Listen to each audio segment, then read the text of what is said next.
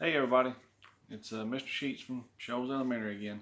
Just wanted to take a few minutes and read a little bit again. Today I'm going to be reading Stanley Flat Again from the Flat Stanley series of books. But like always, I'm reading this with permission from Scholastic. So we'll start. It's a chapter book, so I'm going to read about 4 chapters today, and then hopefully I'll finish it on Monday. So here we go. Chapter 1, A Morning Surprise.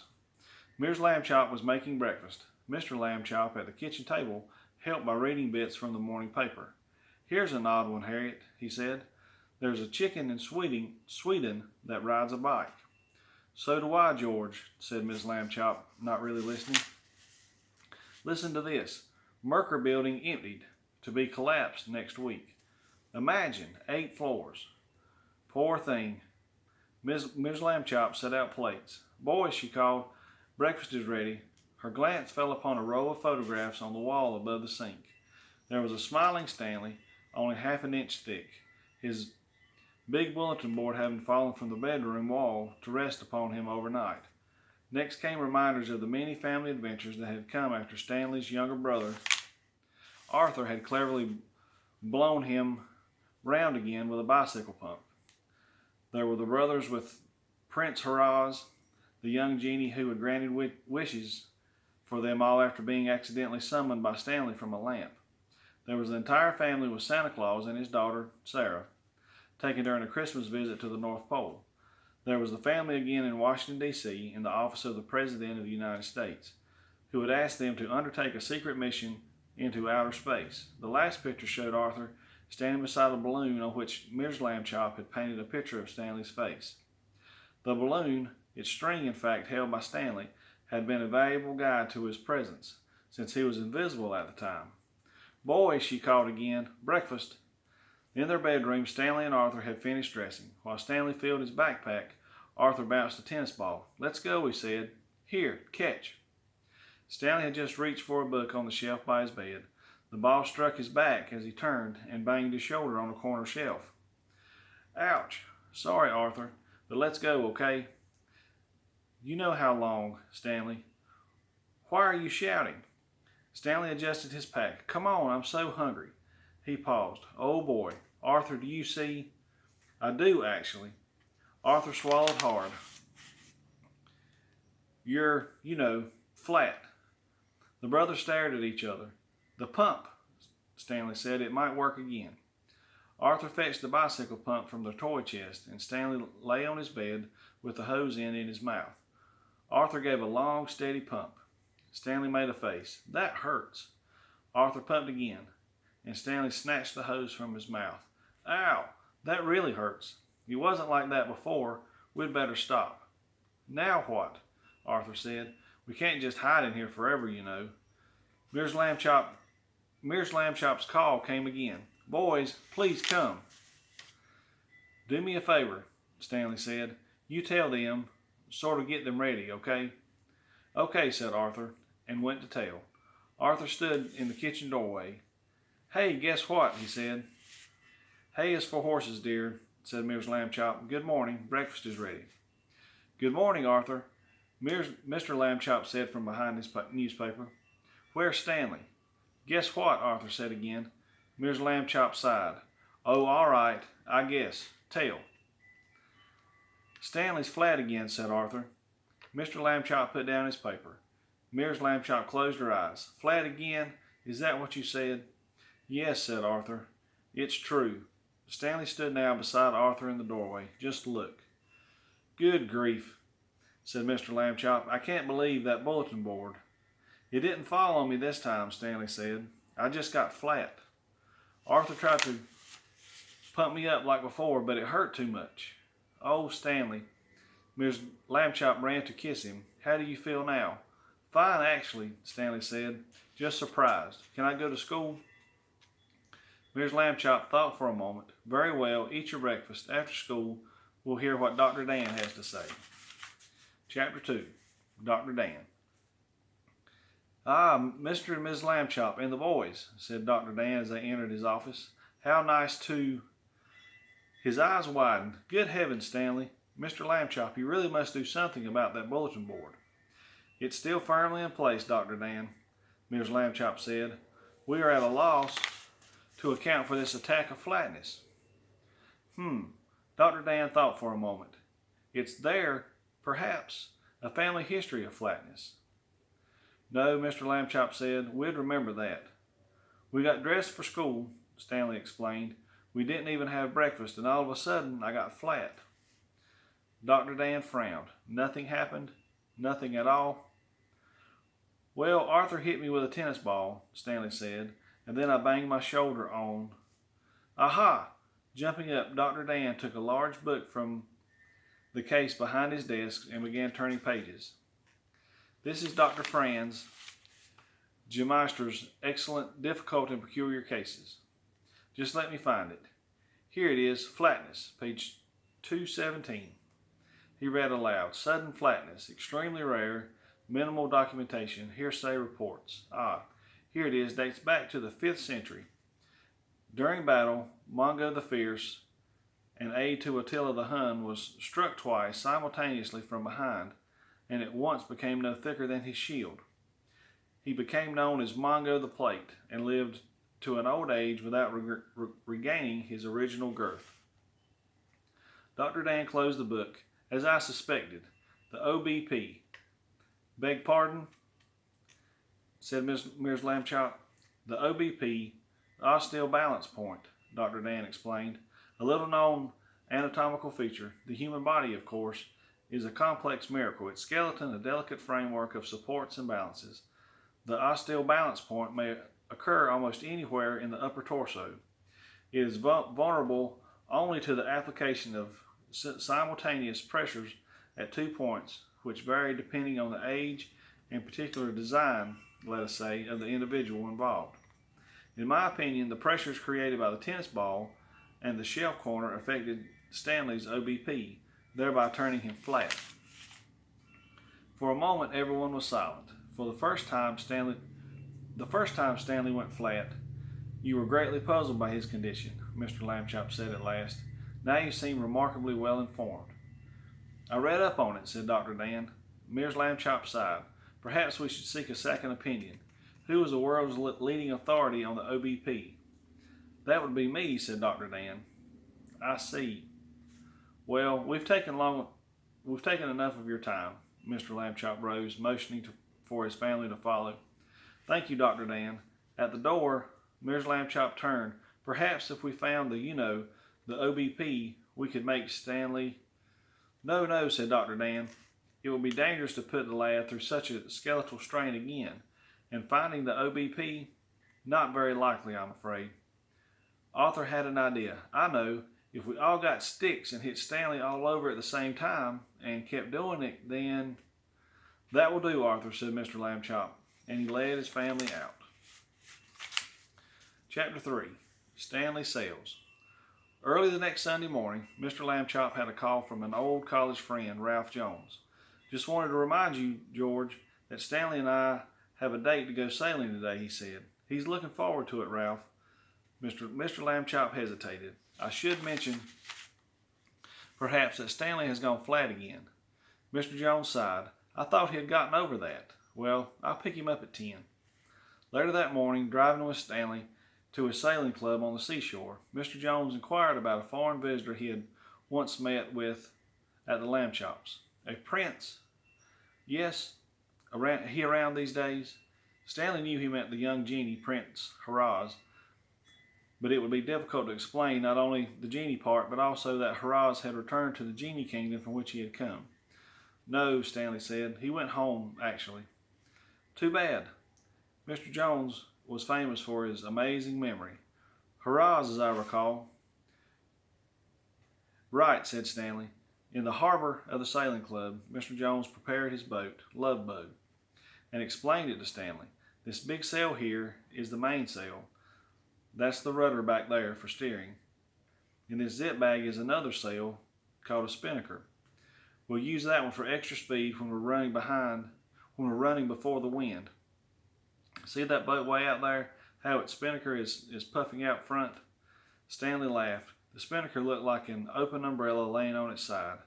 See over there, Mr. Jones went on. between the committee boat with the judges on it and the red buoy, that's the starting line. The race ends back there too. First boat to cross that line wins.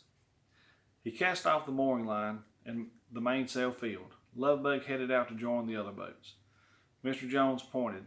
There, that's Jasper Green's boat, Windswept. He's the one I want to especially to beat. Why, are you mad at him? Stanley asked. He was very rude to me once, but never mind. Let's just make sure we win. Behind the start line, they found themselves beside Windswept. Jasper Green gave a friendly wave, but Ralph Jones ignored him. You're always in a bad mood with me, Ralph, Mr. Green said. Why, I don't. Here we go. A pistol shot and signaled the start of the race. Lovebug and Windswept and all the other racers glided across the start line behind the motor-powered committee boat, which led them along the course marked by buoys with bright green streamers. Stanley sat back, enjoying himself. The sun was bright, the breeze fresh against his face, the sky clear and blue, the water a beautiful slate color. There were boats on both sides of them, boats ahead, boats behind. How pretty they were, their white sails making cheerful crackling sounds as they billowed in the wind. Along the shore, people waved from the porches of houses, their voice carrying faintly on the wind. Way to go! Looking good, sailors. Looking flat, one of them said. Stanley waved back, knowing that the teasing was kindly meant. Lovebug passed the other boats, but there were many more still ahead, and now they were almost abreast of Windswept. Stanley saw that Jasper Green had hoisted his spinnaker, and the other boats had too. I've got you beat, Ralph, Jasper Green shouted. Just round this point, Stanley. Then, now, exclaimed Ralph Jones. Let's show Jasper what running before the wind really means. He attached his spinnaker to a halyard and ran it up the mast. Whoosh! The spinnaker billowed out, and Stanley felt Lovebug surge forward as if pushed by an invisible hand. Here we go, shouted Ralph Jones. They passed 5 more boats, 3 more, then Windswept. They were ahead of everyone now, and the finish line lay ahead. We're going to win, Stanley shouted. Yes, Ralph Jones shouted back. Just wait till Jasper... Rip! The sound came from above. Looking up, they saw that the top of the spinnaker was torn. Rip! The rip streaked downward, and now the spinnaker, torn all the way down, flipped uselessly in the wind. Lovebug slowed. Drat! Mr. Jones did his best with the mainsail. Drat, drat, drat. Windswept came up behind them. Tough luck, called Jasper Green. Ha ha. Drat, Mr. Jones sighed. Nothing we can do, Stanley. Unless, this may be crazy, but Stanley, perhaps you could be our spinnaker. What? Stanley shouted. How? Good question, said Mr. Jones. Let's see. First, go take a hold of the mast. That's it. Now maybe... Excuse me, Stanley said, but did you ever do this before? Stanley, nobody ever did this before. Mr. Jones took a deep breath. Okay, now twist around to face forward and grab the mast behind you above your head. Stanley did as he was told, planting his feet on the sides of the boat to hold him in place. The wind pressed him from behind, driving Lovebug toward the finish line. Yes, chest forward, butt back, shouted Mr. Jones. Best spinnaker I ever had. In a moment they had passed Windswept, and Stanley could not help laughing at the surprise on Jasper Green's face. And they were at the finish line, and Lovebug had won. Back in the clubhouse, Jasper Green would not admit that he had lost. A flat person used as a sail? He had never seen that before, he said, and went to the race committee office to complain. But he returned shortly to report that Lovebug had indeed won. The committee had advised him, he said, that there were no rule against a crew member allowing the wind to blow against him.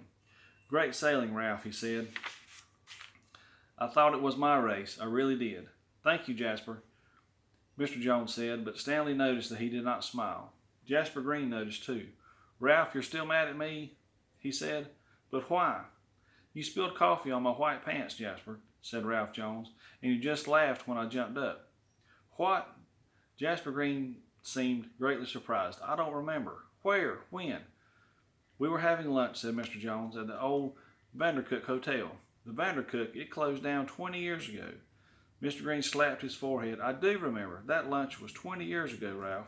21, actually. All right, said Mr. Green. I apologize, for heaven's sakes. Ralph Jones smiled warmly. Perfectly all right, Jasper, he said. Don't give it another thought. Chapter 4. Back to school. Stanley was pleased that his classmates, who still remembered his previous flatness, made no great fuss about it now. Mostly they expressed only cheerful interest. Feeling okay, Stan? They said. And looking sharp, man. Sharp, see? Get the joke? Only mean Emma Weeks was unpleasant. Huh, Mr. Show-Off again, Emma said one day, but Stanley pretended not to hear. He had been back at school for a week when a newspaper learning of the unusually shaped student sent a photographer to investigate. He found Stanley watching a practice on the soccer field. Flash Tobin, he said, from the Daily Sentinel. You're the flat kid, right? Stanley thought he must be joking. How did you know, he said, joking back. How did I? The photographer laughed. Oh, I get it. Can I take your picture, kid? Right here by the goalpost? Stanley nodded, and Flash Tobin took his picture. I heard there was a flat kid here before, he said. Helped catch sneak thieves at the famous Museum of Art. But that kid, I heard, got round again. It was me, Stanley told him. You go back and forth, huh? The photographer was impressed. Okay, get round now. I'd like a shot of that too. I can't just do it when I want, Stanley explained. The first time my brother had to blow me up with a bicycle pump. Make a great picture. Flash Tobin shook his head. Well, we'll just go with flat. Stanley's picture was in the Daily Sentinel the next morning, and Arthur could not help showing his jealousy. Stanley was always getting his picture in the paper, he said. Didn't they see how interesting it would be to have a picture of his brother? There was a soccer team practice that afternoon, and the day was windy, and it was worrisome, the coach said, the way Stanley got blown about. Perhaps for the sake of the team, he should switch to an indoor sport. Stanley loved soccer, and the more he thought about it, what the coach said, the sadder he felt. Miss Elliott, his homeroom teacher, noticed that he was not his usual cheerful self. Mr. Redfield, the new guidance counselor, is said to be very helpful to troubled students, she told him. I will ask him to find time for you. Miss Elliott spoke to him again after lunch. Such good luck, Stanley, Mr. Redfield. We'll be with you right after school today. Come in, Stanley. Sit right here, Mr. Redfield pointed to a comfortable chair. Stanley sat, and Mr. Redfield leaned back behind the desk. Now then, you do understand that anything you say here is completely confidential. I won't tell anybody. Stanley wondered what he could say that would interest anybody else. Miss Elliott tells me you seem troubled. Mr. Redfield lowered his voice. What's wrong? I'm not sure, actually, Stanley said. Mr. Redfield picked up a pad and a pen. Speak freely. Whatever comes into your head. Anything special happened lately? Well, I got flat, Stanley said. Mr. Redfield made a note on his pad. I do see that, yes. How did that make you feel? Stanley thought for a moment. Flat. I see, Mr. Redfield nodded. This flatness has come upon you before, I'm told. Is it possible that somehow, without even admitting it to yourself, you wanted it to happen again? No way, Stanley said firmly. The first time, it was kind of fun for a while, flying like a kite and being mailed to California, things like that. But when I got, tired of it, and now I might get put off the soccer team. Mr. Redfield nodded again. You take no pleasure now in your unusual shape. Stanley thought for a moment. Well, sometimes. He told about being a sale and helping Ralph Jones win a race. Mr. Redfield made another note. I see. The dream of being a sale. Have you dreamed it before? Stanley stared at him. It really happened. I'm just tired of being different, I guess. Mr. Redfield pressed his fingertips together. Different. How do you feel different, would you say? Stanley wondered how Mr. Redfield could be a good guidance counselor if he had both terrible eyesight and a terrible memory. Well, I'm the only one in my class who's flat, he said. The whole school, actually. Interesting, Mr. Redfield made another note and glanced at his watch. I'm afraid our time is up, Stanley. Would you like to see me again? Just let Miss Elliott know. Okay, Stanley said politely, but he didn't think he would. All right, that's the end of chapter 4. I'll pick up with chapter 5 on Monday. Hope all you guys have a good weekend. And remember, Mr. Sheets loves you, and y'all be smart, and y'all get out and do something. Do something fun this weekend. Play outside, that's a good idea, or anything you can think of. But I'll see y'all, talk to y'all again Monday.